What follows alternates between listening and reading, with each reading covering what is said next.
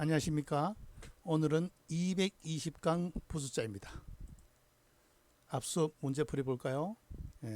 홀규에서 음을 빌린 거리가, 차조출에서 음을 빌린 제주술, 가죽 위에서 음을 빌린 호위할 위, 지킬 위, 무거울 중에서 음을 빌린 찌를 충, 부딪힐 충, 사거리 모양을 본뜬 부수자, 갈행, 단일행, 위에는 불각, 밑에는 큰데, 소의 머리 위로 가로된 나무에서 결박하되어서 저울 때 형, 옷을 계속 버리다, 버릴 열에서 음을 빌린 찢을 열, 옷이 안에 들어간 마을리가 들어가서 음을 빌린 송리, 안리, 숭상할 상에서 음을 빌린 치마상,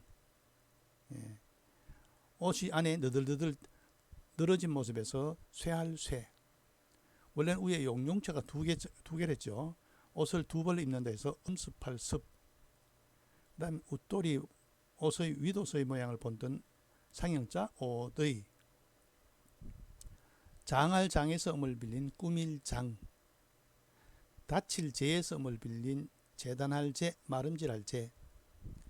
절제할 재에서 음을 빌린 지을 재.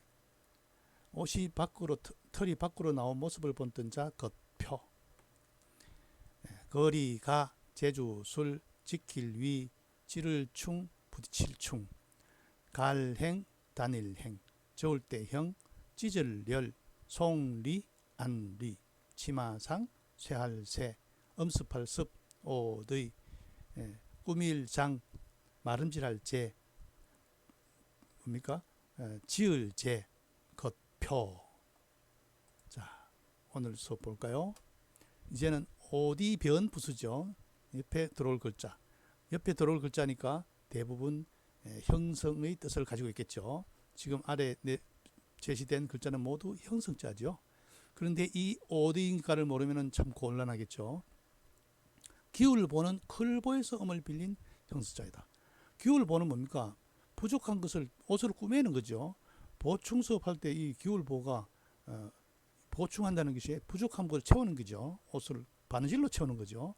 기울보는 클보에서 음을 빌린 형수자다. 겹업복, 입성 발음이 없으니까 중국에서는 fu로 발음했네요.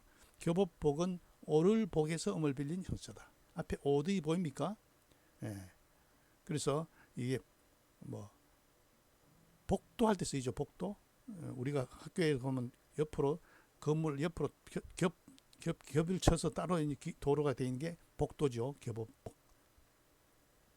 뭐 중복되었다 할 때도 쓰죠. 넉넉할 유는 골곡에서 음을 빌렸다. 골곡도 입성인데 구로 발음되죠. 구, 유 같은 발음이죠. 그래서 넉넉할 유는 골곡에서 음을 빌린 형사다. 왜 골곡에서 어디가 들어가서 넉넉하게 되겠습니까? 아주 의복이 풍부하게 있다는 뜻입니다. 마음의 여유가 넉넉하다는 뜻이요. 골같이. 그래서 넉넉할 유자가 된 겁니다. 이 골곡 위에 진면은 뭡니까? 얼굴용, 용살용이죠. 마찬가지 골곡같이 넓으니까 수용한다는 뜻이죠. 그래서 용서할 용이 되는 겁니다. 여기도 마찬가지 어디와 골곡이 들어가서 옷이 풍부하기 때문에 넉넉하다 이 뜻이 된 겁니다. 넉넉할 유. 그 다음 입을 피, 가죽 피에서 음을 빌렸죠. 입을 피자는 내가 옷을 입잖아요. 옷을 입으면 내 몸은 뭡니까? 이 피임을 당하죠. 그래서 이게 피동형입니다. 피동형. 당하다는 피동 뜻이 있습니다. 우리가 법률 용어에서 원고 피고할 때 피고는 뭡니까? 피해를 입힌 사람이 아니고 피해를 당한 사람이죠. 당한 사람. 이게 왜 입을 피자에서 나오기 때문에 그렇습니다. 입을 피. 입을 피는 가죽 피에서 음을 빌린 현수자다. 가죽 피에 우리 병 기억납니까? 병들 여기 들어가면은 아프다 피, 피곤할 피. 그렇죠? 가죽 피도 많은 형식자를 안고 있죠. 기울복, 겹옷복, 넉넉할 유, 입을 피는 오디붓으로 구성된 자이다. 자, 다음 덮을아 붓습니다. 덮을아의 소전은 위에 덮고 아래에도 받친데 다시 뚜껑으로 덮다는 뜻으로 된 자죠. 덮을아. 이 글자는 다 위에를 덮었다는 뜻이죠. 예. 자, 덮을부는 뒤집힐 복. 예. 이게 푸로 발음되죠. 예. 덮을부 뒤집힐 복인데 복이 발음이 중국어는 안 되죠. 푸로 발음되죠. 덮을부 뒤집을 복은 다시 부 회복할 복에서 나왔다. 그렇죠? 부복인데 여기도 부복이 나왔죠. 다시 부 회복할 복에서 덮을부 뒤집을 복. 왜? 위에 덮었잖아요. 예. 다시 부 회복할 복은 부할절 광복절 하면 되죠. 예. 덮을부 뒤집힐 복은 예. 원래 복개공사라면 잘못된 거죠. 예. 뚜껑을 덮는 거니까 부개공사라 해야 되는데 복개공사라는 것은 잘못한 거죠. 예. 위에 덮을 아붓으로 구성됐다. 선역 서자는 예. 갑골문과 건문의 자형을 보면 세 둥지입니다. 예. 소전의 자형은 뭡니까? 예. 윗면은 세조의 줄임자고 아래는 세 둥지 모양이죠. 예. 원래 깃들서의 본래자입니다. 여기서 서쪽이라는 뜻으로 가짜됐죠. 이 깃들서가 따로 글자가 나오기 때문에 선역서자가 될 겁니다. 예. 나무목을 앞에 하면은 깃들서가 되죠. 선역서. 그래서 동력동도 해가 동쪽에 뜨는 게 아니고 동력동은 과자를 비틀어 놓은 모습이죠. 과자 껍질로. 그래서 뚱수, 중국어로 뚱수 하면은 물건이 되죠. 예, 선역서는 바구니 모양입니다. 세 둥지 모양을 본뜬 상형자입니다. 이게 서쪽이라는 뜻으로 가짜됐습니다. 요긴할요는 위에 덮을 아의 붓으로 구성되어 있죠. 예, 그러나 소전의 자형을 보면은 덮은 내용이 없죠. 예, 두 손으로 허리를 잡고 있는 모습이죠. 두 손으로 아래로 허리를 잡고 있는 모습입니다. 원래 이게 허리 요자의 본래자인데 요긴하다의 뜻으로 의자 앞에 고기육을 넣어서 앞에 우리 배운 거 고기육이 넣어서 허리 요자가 된 거죠. 허리는 중요한 부분이다 해서 된 거고 요긴할 요자는 원래 허리요에서 만들어진 글자입니다. 중요하다, 요긴하다. 다음은 볼견부수입니다. 볼견부수는 밑에 걷는 사람인 위에 눈목이죠. 사람 모습이죠. 예. 아주 눈의 특징을 잘 그려놨죠. 예. 이렇게 사람이 걸어가면서 보는 모습이 볼견이죠. 예. 걸어가면서 본다. 예. 볼관은 뭡니까? 자세히 보는 거죠. 예. 관광하는 것은 자세히 보는 거고 견광은 뭡니까? 멀리서 이래 보고 가는 게 견광이겠죠. 자, 볼견부수. 깨달을 각은 배울학의 변형에서 음을 빌린 형수자다. 위에 부분이 배울학자 모양이죠. 각, 입성이죠. 또 뭡니까? 기역과 토하는 발음이 뭡니까? 히읗이죠. 그래서 깨달을 각자입니다. 형성자입니다. 배워서 확실히 보이다 해서 배운 것을 확실히 보여준다 해서 깨달을 각이죠. 예, 가고, 경각. 예, 그래서 스님들이 깨달음을 얻기 위해서 법명이 각자가 들어간 법명이 많죠. 예, 깨달을 각. 볼견은 부수자. 사람이 걸어가면서 먼 것을 보는 눈의 특징을 아주 뚜렷하게 보여죠. 눈목의 모습이 보이죠. 볼견. 예. 볼관. 예. 조금 전에 얘기했죠. 볼관은 항세관에서 음을 빌린 형수자이다. 이 볼관은 볼견보다는 더 자세히 보는 거죠. 자세히. 예. 항세가 눈을 크게 뜨고 자세히 살피는 모습이죠. 그래서 볼관자입니다. 볼관. 예. 그 다음 법규. 법규는 지압이 부 옆에 볼견이죠. 예. 뭡니까? 예. 원래는 건문의 자형은 보면은 분율과 비슷하죠. 예. 두루주로 구성되어서 그림과 둥근 콤파스 모양인데 이걸 규정을 뜻하므로 법을 가지게 됐습니다. 나중에 이 글자가 변형이 바뀌었죠. 이 지압이 부자잖아요. 이런 얘기를 하죠. 하늘보다 높이 섬기라 지압이다. 남편을. 그리고 남편이 보면 곧 법이다. 이렇게 설명하는 수도 있겠지만은 그렇지 않죠. 장부, 큰 데는 사람이고 위에 상투를 묶은 거죠. 20세기에 있어서 상투를 묶은 대장부죠. 대장부는 남이 보기에 본보기가 돼야 된다 해서 나온 법규자죠. 법규. 예. 그러니까 남편이 아내 보고 하늘같이 섬겨라, 잘해라 할 때 안에는 당신이 제대로 하세요. 응? 당신만 모범이 되도록 하세요. 이런 말을 할 수 있겠죠. 글자풀이를 하면서. 자, 볼람은 볼감에서 음을 빌린 형수자다. 볼감은 뭡니까? 거울은 명이고 왜 눈이죠? 눈으로 물이 담겨 있는 대야에 이렇게 얼굴을 보고 비춰보는 거죠. 거기다가 다시 볼견을 넣어서 볼람이 됐는데, 자, 여기서 주의해야 될 것은 밑에 걸음 명자가 여기서 눈목으로 줄어들었죠. 예, 요 위에 글자는 이게 눈목이더라도 이게 볼감이다라는 것을 알아야 되겠죠. 이렇게 편리하게 줄여놓은 것을 우리가 발견하는 재미도 느낄 수 있어야 됩니다. 그 다음 볼시는 보일시에서 음을 빌린 형사다. 보일시는 부수자죠. T자 재단 위에 산짐승을 죽여서 얹어 놓으니까 피가 뚝뚝 뜨는 모습에서 제사를 뜻한다. 아주 중요한 글자죠. 제사를 뜻한 데에서 볼견이 들어가서 볼시가 됐죠. 본래 뜻은 보다인데 확장되어서 자세히 살피다 이 뜻이 된 겁니다. 볼시. 볼시와 보일시는 보지만은 보일시는 보여주는 거죠. 제사를 뜻하는 거. 이건 보는 건 내가 보는 겁니다. 차이가 있습니다.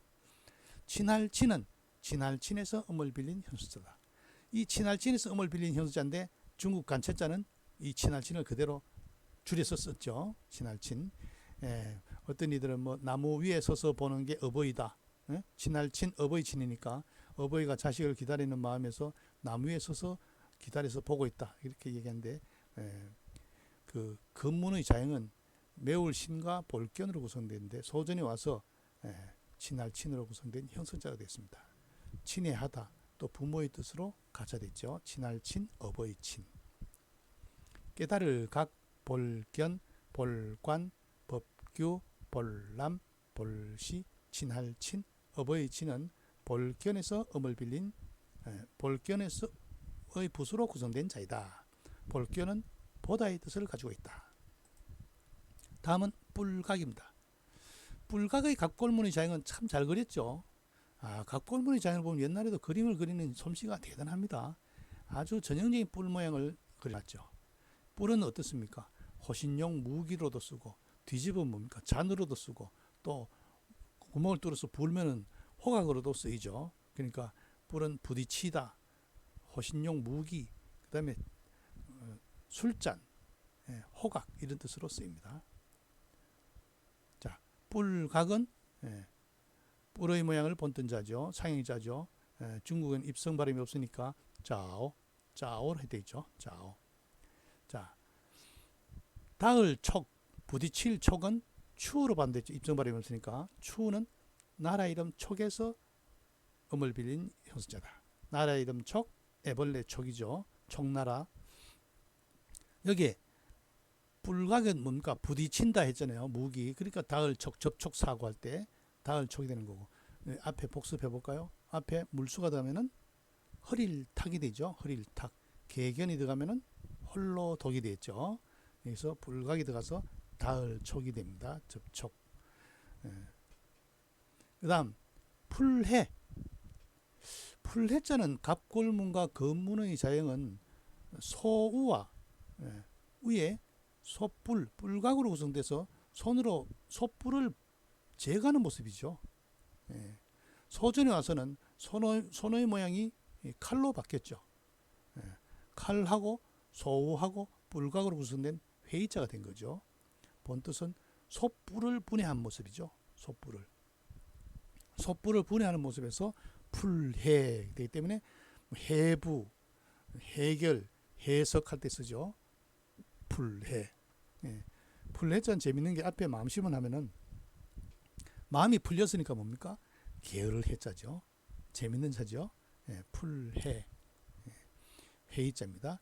뿔각, 닿을 촉, 풀해는 뿔각 붓으로 구성된 자입니다. 오늘 학습한 자 볼까요? 어디 옆에 클보에서 음을 빌린 기울보. 다음 오를복에서 음을 빌린 겹옷복. 골곡에서 음을 빌린 넉넉할유. 가죽피에서 음을 빌린 이불피. 당하다 피동이랬죠. 그 다음은 덮을 덮을 부수의 밑에 다시부 회복할 복의 음을 빌린 덮을부 뒤집을 복. 그 다음 새 둥지의 모양을 본던 선역서.